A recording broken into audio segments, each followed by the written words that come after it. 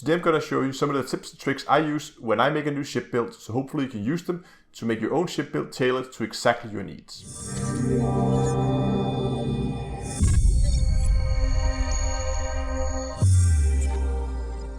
Hello ladies and gentlemen, and welcome back to Elite Dangerous with Downtoearth Astronomy. Today is all about shipbuilding, and this is probably going to be either a 2 or 3 part video. And in this is the first part, we are going to talk about the initial steps that I take when I try to create a new build for a specific task. So let's dive right into it. I have here on Coriolis, you can use any of the shipbuilders. I'm just here right now. And today I think I want to try and build a quite demanding ship. I'm not even sure if this is if this is actually possible. But I want to build a quite demanding ship. What I had in mind was what would happen if we tried to build a ship that could pretty much be a very, very decent bubble boss. Let's say that, when I say bubble boss, means a ship that will ferry you around the bubble. So let's say that we want the medium ship to start with, because we want to be able to land to medium pads, and maybe we want a fighter hangar as well, and those two alone is going to give us quite some restrictions. But the first thing you really need to make up your mind about is exactly what criteria do you have for your build. What modules do you need? And in order to do that, what I would often do is I would just go and pick up the Anaconda here. Not because I'm going to use the Anaconda, but because the Anaconda has a very healthy selection of optional internals, very healthy selection of utility mounts and hard points. So I have a good option as a base just to count up how many I need in the different slots. So the goal of the ship here is to really be that one ship you can use to go around, pick up your engineering materials, and you can use it to, well, pretty much anything you need when you just move around, besides trading or combat or any other very specific task. It's just going to be one of those get around kind of ships. And I wanted to be able to also land on medium landing pads, and just for fun we're going to throw it on fighter, even though it might not be that necessary, but we're going to throw it in there just to make it a little bit more difficult for ourselves here. So the first thing I would do is to go and have a look. Let's start with the utility mounts. So what is absolutely necessary? This is the bare minimum modules that I need here. Do I need shield boosters? No. Heat sinks? No. Chaff? No. Point defense? No. No. What I do need though is a manifest scanner. So we can scan cargo if we want to go and do something with mega ships or some new installations maybe. Kill wound scanner? No. Wake scanner? Yeah. If you want to go and get scan wakes for engineering data, that's a good idea. Anything else we probably want a Xeno scanner as well, just so we can scan the ships in case that happens. You could argue maybe you want to, if you're planning to spend a lot of time in pre-detection, shut down field neutralizer might be a good idea, but today we're just going to go with a Xeno scanner. So that means we need at least 3 utility mounts. Again, I don't care about the size of this, we're going to tune that later. Right now I'm just counting up what I need. Weapon-wise, this is not going to be doing any combat, so we're just going to say we need nothing specific in terms of hard points. Optional internals, of course. So what we will need here, we will probably need a fuel scoop. And again, sizes here doesn't matter, we're just counting modules. We probably need a fuel scoop to start with. Let's just scroll through this, see what we have here. We of course need that fighter hangar, that was one of our criteria. A shield generator, let's keep that. We probably want that as well if we want to land on a planet that has a high gravity. We don't want to scratch the hull. Let's put on a shield generator. It doesn't have to be big, but again, we're just counting up the modules right now. Planetary vehicle hangar, obviously, to pick up engineering materials from places like That's Hope, to go out to Service Prospect for materials there. Also a good idea. You can keep looking if there's anything else we need here. A collector limpet controller might be a good idea if we're picking up stuff from space. Again, this is really going to be a collector ship. Let me see what else we might need. Cabins, refineries, shield, we have that already. Shield cell banks, not really needed. Jogging computer, you could argue if you need that. I don't really use it that much, but we probably want an advanced discovery scanner, to be honest. Let's remove the basic discovery scanner so we don't get confused here. Like so. I'm going to remove that cargo rack. Oops. So, I think we also want, let's say, a detailed surface scanner, so we can get some information about the planets if we want to go out and look for specific materials to prospect. And because we have a limpet collector, a collector limpet, we probably need some cargo. Where's cargo? Oh, that was the specific one. Ah, there they are, cargo hatch. Okay. So these are pretty much the optional internals we need. So that you count those at 1, 2, 3, 4, 5, 6, 7, 8. So we need 8 optional internal slots. The bigger the better, obviously. And we need at least 3 utility mounts. And we want it to be a medium ship that can carry a fighter hangar. So the next thing I did was I went over to the wiki page, looked up the fighter hangar. Here is a list of the ships that can actually fit a fighter hangar. And since we wanted something medium-sized, because we want to land on the medium landing pad, we can run through the list. Anaconda, nope. Beluga liner, nope, that's large as well.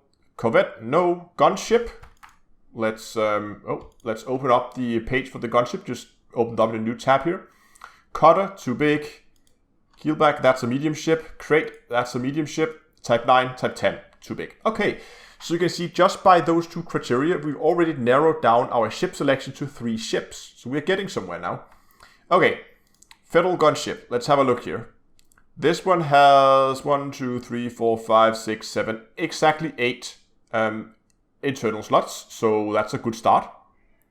And we have the keelback. It has 1, 2, 3, 4, 5, 6 internal slots. So that puts that one out of the race. So we're going to close that tab. Then we have the crate. I think that's 8 as well. 1, 2, 3, 4, 5, 6, 7, 8 exactly. Yes. And what about the utility mounts? 4 there. And on the gunship, sorry, we also have 4 here. Okay, so those could both be contesters for what we want to do. We can go up, we can look at the base jump range here with the stock fit, just to give an idea about the kind of jump range we'd expect. 6.66 light years here. And on the crate we get 8.99, so might be that we have to look into a crate simply because of the increased jump range. So what I would do next, now that I'm down to just 2 ships, is I would try to do a test fit. So I'll go back to Coriolis and I will fit out these 2 ships with the modules that we require, and we can then begin to do some quick comparisons here. Okay, so I just wanted to add some quick points here, because when we are when we're now fitting out the ship here, I just noticed actually that of course some of the ships here are restricted on the gunship. So that of course means that's gonna be out of the competition, and we're pretty much just left with the crate as our only option. But I think I wanted to point out here, so when I decide which size modules I want, I always start from the top and the bottom and work my way towards the center.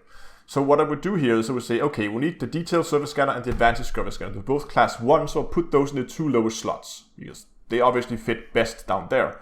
Then I want a pretty big fuel scoop, because I don't want to be sitting fuel scooping, because we're spending a lot of time jumping in the ship. So I'm gonna go and put in a fuel scoop up here. Again, sizes right now is, the class that we're gonna fit, we haven't decided on that yet. We're just gonna do a quick test fit right now.